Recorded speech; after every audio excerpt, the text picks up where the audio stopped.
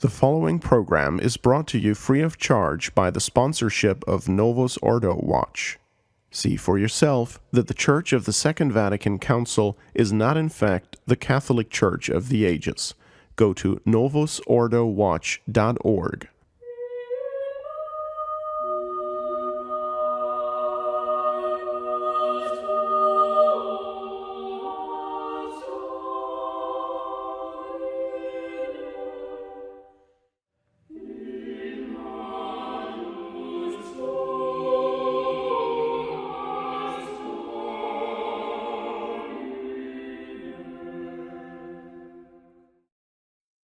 Your Excellency, welcome back to another episode of this History of Christendom series. In our last episode, we discussed the French Revolution and its intellectual underpinnings, so-called. And now we are going to talk about what happened after this explosion, or as you called it, this manure fan hit Europe via Napoleon, and we have something called the Congress of Vienna, which would lead to restorations in France and other places. What happened at the Congress of Vienna? Who was the main architect? And was it ultimately successful? The Congress of Vienna was the place where all of the victors over Napoleon came together. That is, the big victors. That would be England, Russia, various other smaller states, Prussia, representatives from everybody that participated in the defeat of Napoleon. And France was there too, and to basically receive all the bad news. And in the person of Talleyrand, I won't tell you what Napoleon said about Talleyrand, but and then the architect of it was a certain Austrian by the name of Metternich. And so, of course, the Austrians were there. It was Vienna. They were very influential in defeating Napoleon as well. So they restored all of the old order of monarchs and just as if the revolution had never happened. From the political point of view, they got rid of all the Napoleonic revolutionary systems, etc., political systems, and everything he did. There was a real restoration of the original order, and they founded something at the behest of Alexander I of Russia, the Tsar Alexander I, who was a very religious person, something called the Holy Alliance, which was it was like the NATO of the Restoration, that if ever a revolution should pop up anywhere in Europe, they would all get together and repress it. So that order lasted intact with some difficulty until 1848.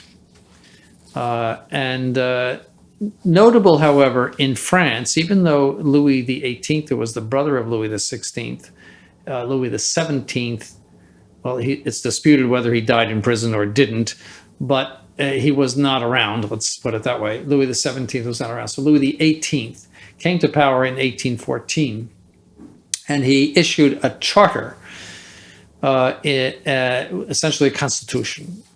And in it, he said, while we recognize that the Catholic religion is the religion of the majority of the French, that nonetheless there will be religious liberty in France.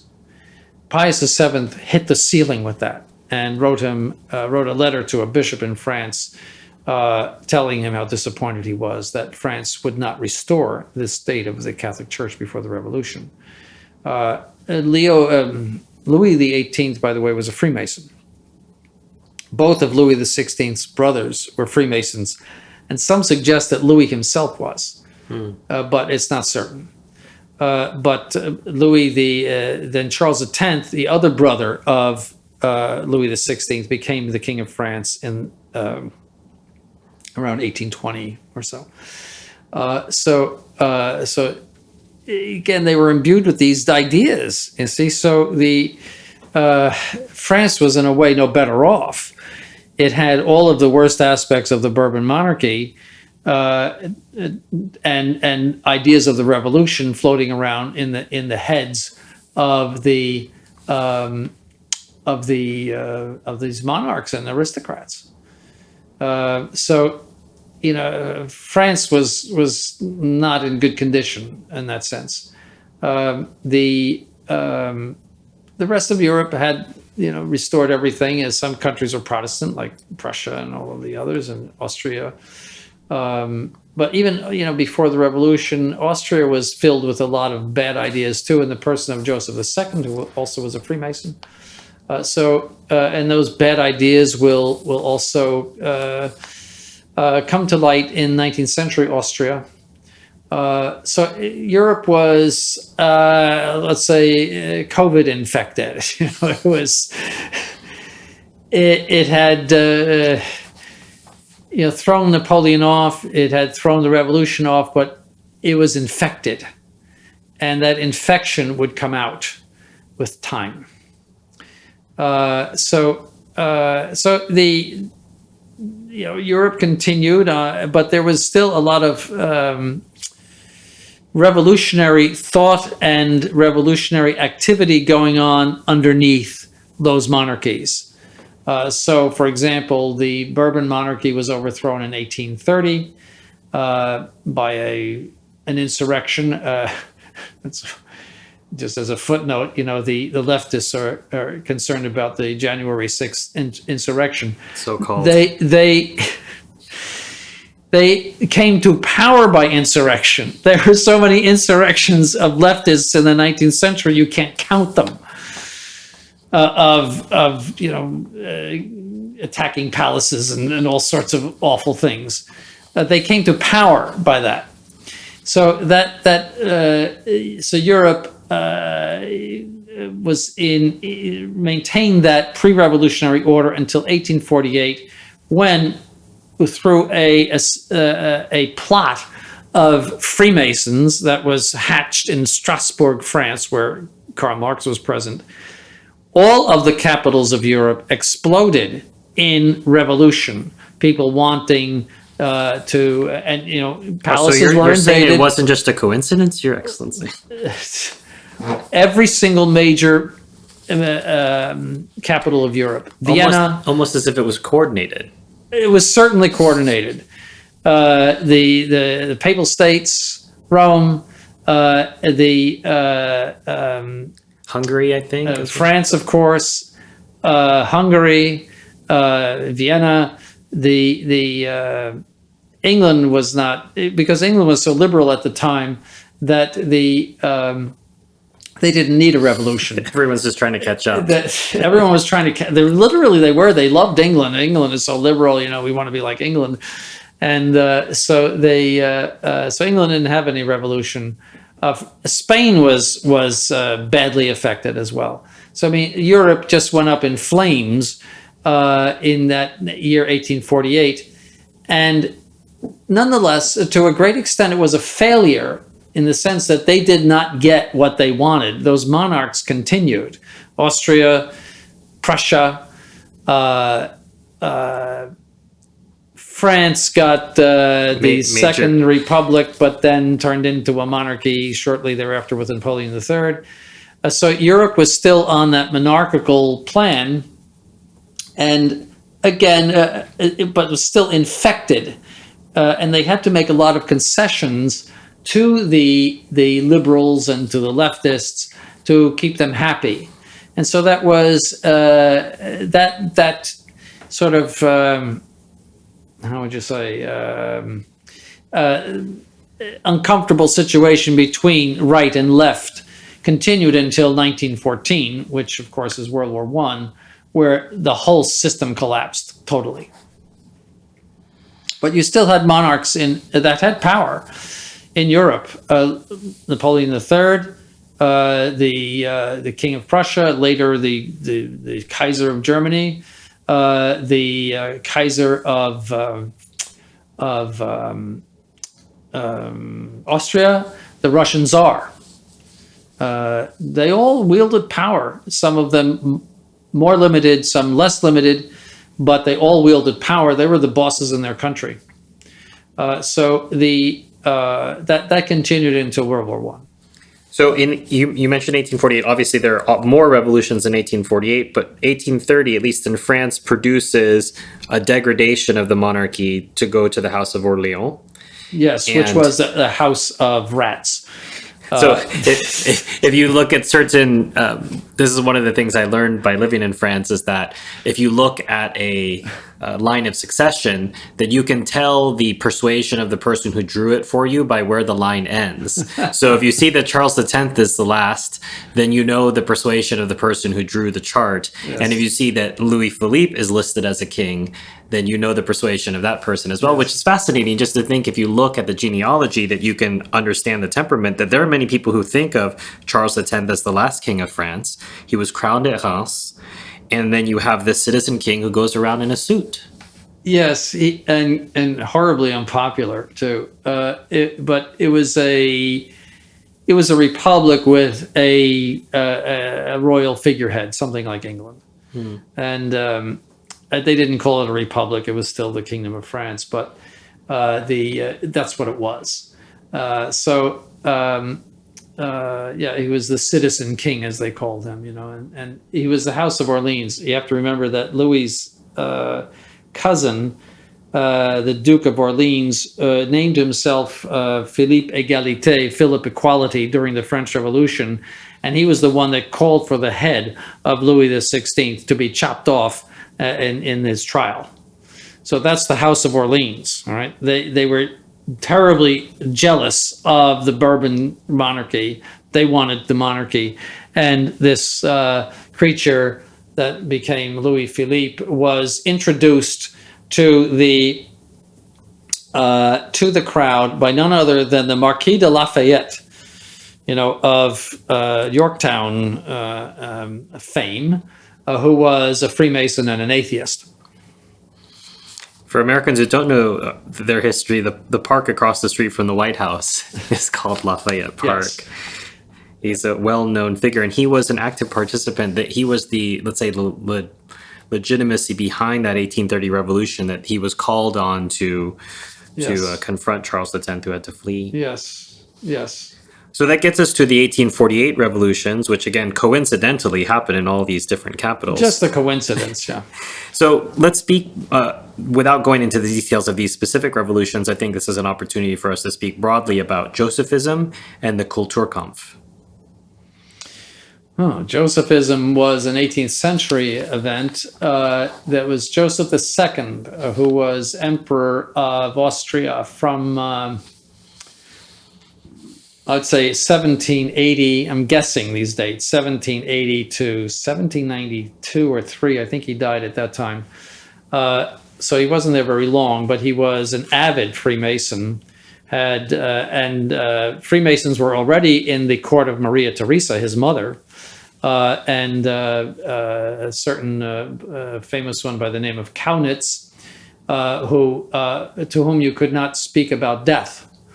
And if somebody died, you would have to say to him, we don't see Mr. So-and-so anymore. And he would respond, well, I will no longer ask for him, because he didn't want to hear about death. That was Kaunitz. He was also a Freemason. So Maria Theresa's court was loaded with Freemasonry. So you can see that Europe was badly infected at the time, and that there was a lot of, there were a lot of rats in the bottom of the hull, and even sometimes on the deck. They were in the courts. They were in they surrounded the monarch. Louis XV had a lot of bad advisors around him. The King of Spain, the King of Portugal. Portugal was loaded with Freemasons. And then, so, I mean, if the Pope were out on his balcony and looked toward Spain and Portugal, that was Freemasonry. If he looked toward France, that was loaded with trash. If he looked at Austria, there was a Freemasonic monarch. I mean, And the House of Savoy. The House of Savoy was a wreck. And then you had the Protestantism, you had Prussia and England, etc. And it wasn't a pretty picture at the end of the 18th century. And this Joseph II, they called him Joseph the Sacristan, because he would make these laws of how many candles you could light for benediction and so forth. all sorts of things that he imposed Jansenistic reforms. You see, Jansenism always wants to play down the ceremonies and have everything stripped down because it's Calvinist. And so he made those laws. He made the Benedictines operate schools. Instead of contemplating, they had to become active and shut down a lot of monasteries, etc. So he was a thoroughgoing Freemason and egalitarian. He was the brother of Marie Antoinette. And this spirit lasts into the 19th century as well. No, Josephism, that idea of an interfering with the church, there was some interference of the Austrian government with the church, but it was not as bad as Josephism. But there was some. And finally, the church came to terms with the Austrian government, and depended on who was the monarch. The monarch was pretty powerful in Austria, and but when Joseph died, it was substantially better. Next door, we have the rise of Prussia, and orchestrated by Bismarck, who also had his issues with the church. Issues with the church. Well, you had the rise of Prussia. Prussia was a sort of a rump kingdom in the 1600s, which gradually rose to prominence, especially in the 18th century, and was, by the 19th century, was bent upon uniting Europe under its control, not Europe, excuse me, Germany under its control. Well, maybe you're not so off on the Europe part. Yeah. That comes later. Yeah, that comes later. Germany was a collection of little princedoms that were perhaps in certain cases the size of a county in an American state. Just a little princedom, a whole bunch of little kingdoms or whatever, and it was a mess. So somebody was going to organize Germany, and it was either going to be Austria or Prussia. So either the Austrian emperor would control Germany, or the King of Prussia would control Germany. That's really the history of that period in Germany, each vying for power in that land. And the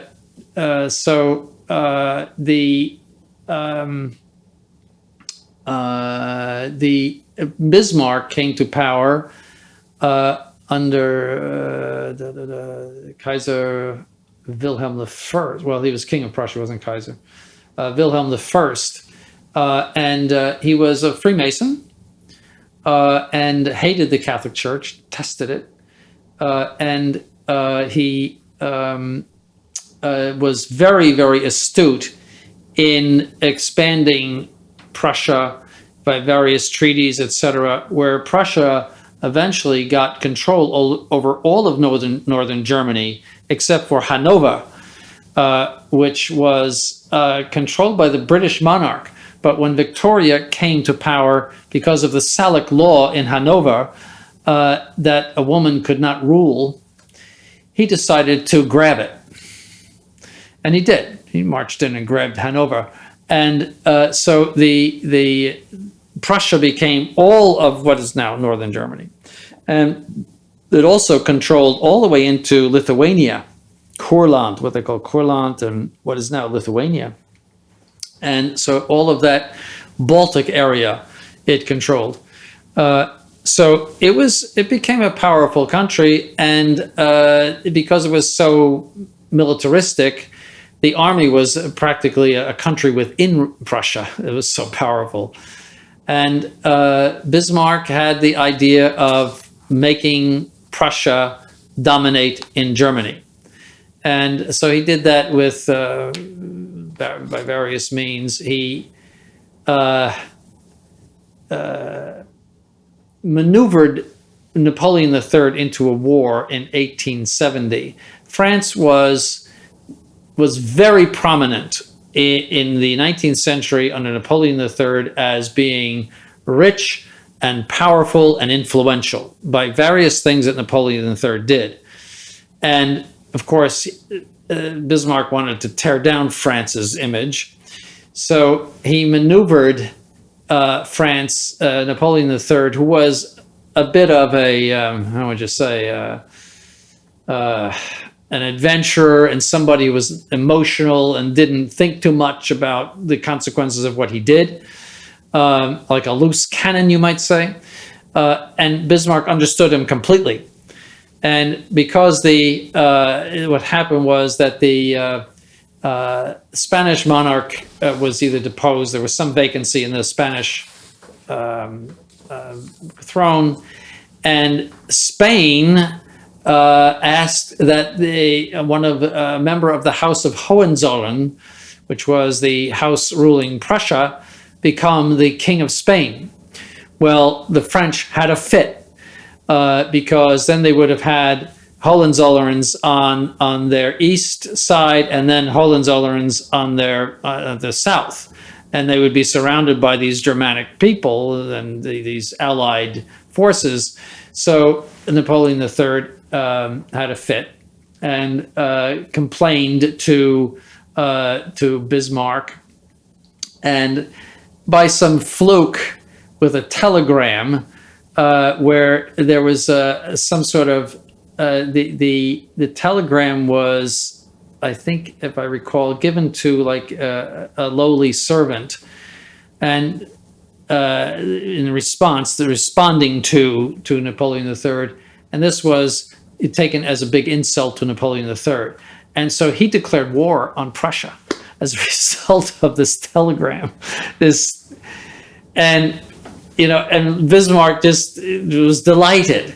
The Prussian army was all set, whereas the French army was not prepared to fight. They had let themselves go for a number of years, and so they were just wiped away, you might say, on the battlefield. It took a few months, but it wiped away. This is 1870. And the Prussians invaded France and surrounded Paris. So Our Lady has to intervene to help out. yes, that was Our Lady of Pommern, and they penetrated France as far down as, for example, Nevers, where Saint Bernadette was, and so it was a bad time for France, and that's where they established at Versailles in 1871 the German Empire. And the King of Prussia became the German Emperor, the Kaiser. And then, after they abandoned France in 1871, and France became a communist, Paris became a communist city for about a few months. And the Paris Commune, 1870, 1871, surrounded by Prussian troops always ready to descend upon it. So the Germans went back to Germany eventually.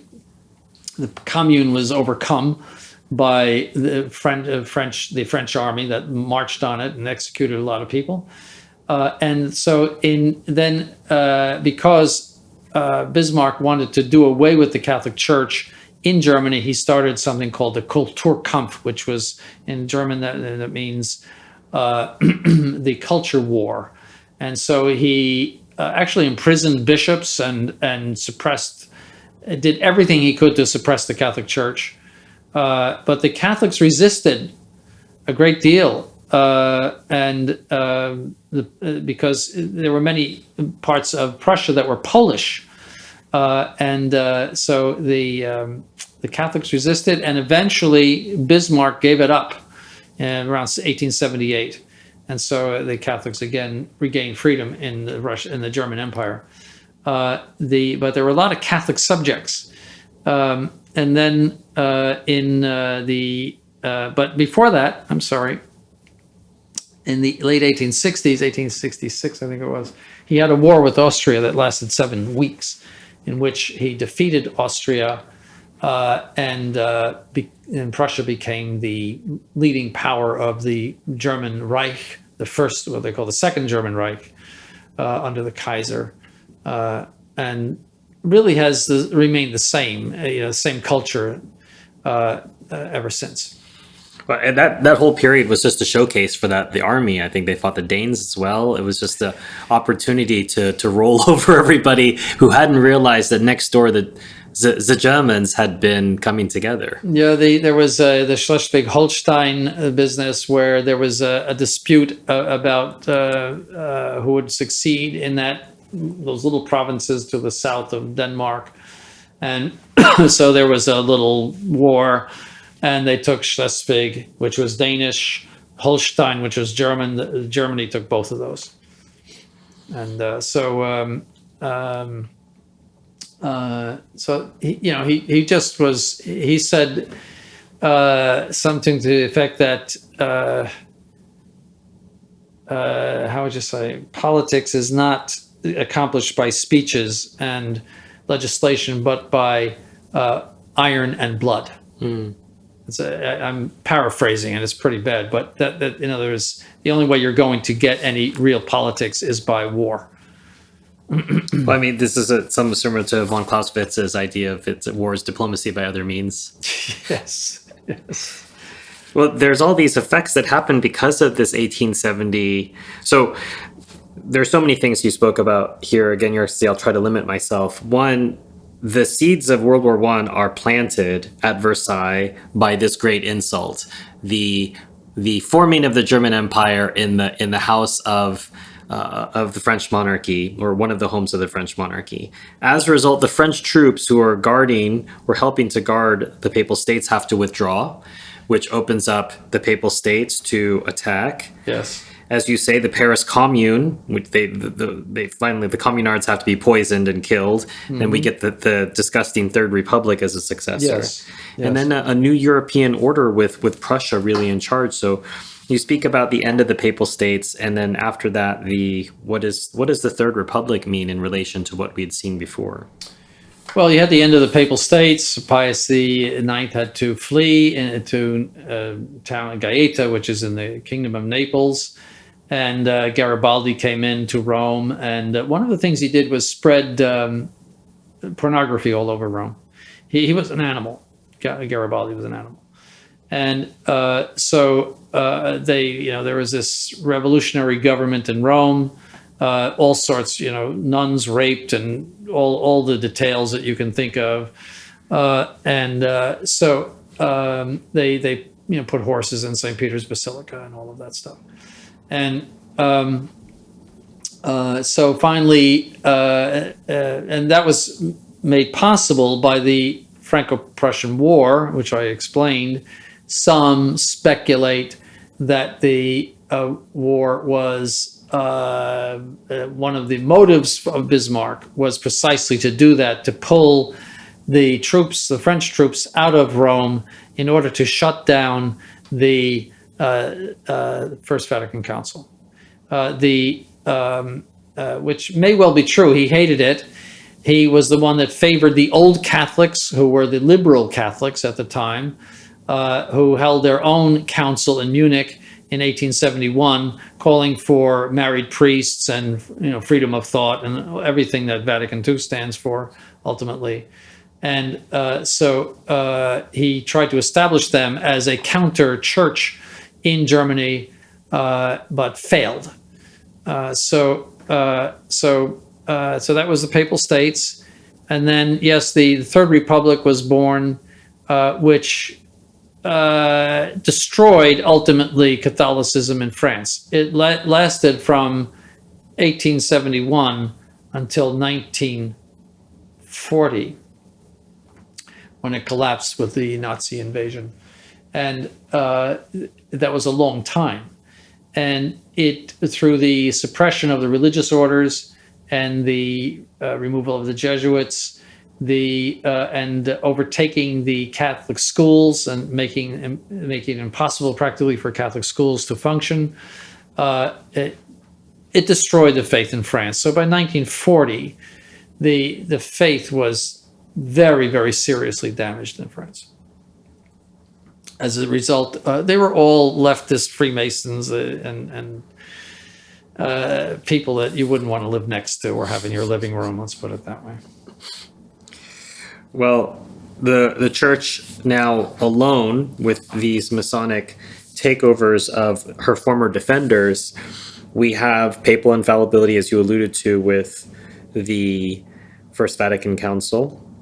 And Quanta Cura, again, this is not an episode in which we can get too deeply into either Vatican I or the Syllabus of Errors, but how were these pronouncements received by the open-minded modern world? Oh, it was darkness and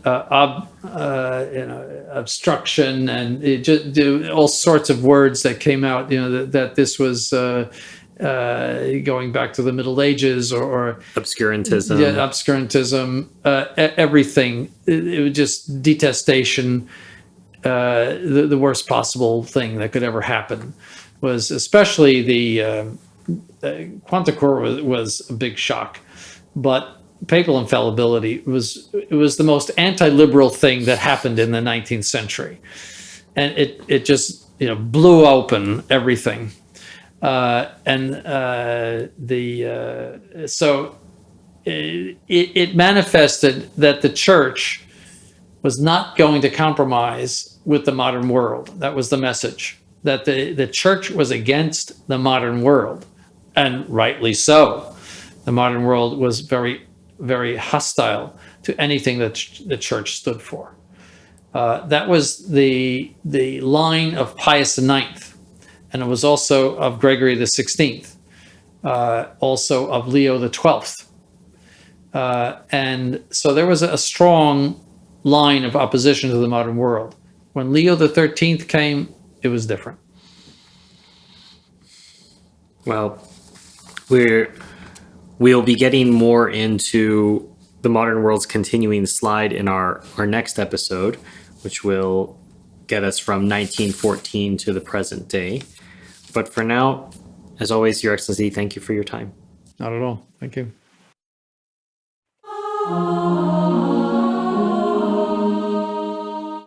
This program was brought to you free of charge by the sponsorship of Novus Ordo Watch. See for yourself that the Church of the Second Vatican Council is not in fact the Catholic Church of the ages. Go to novusordowatch.org.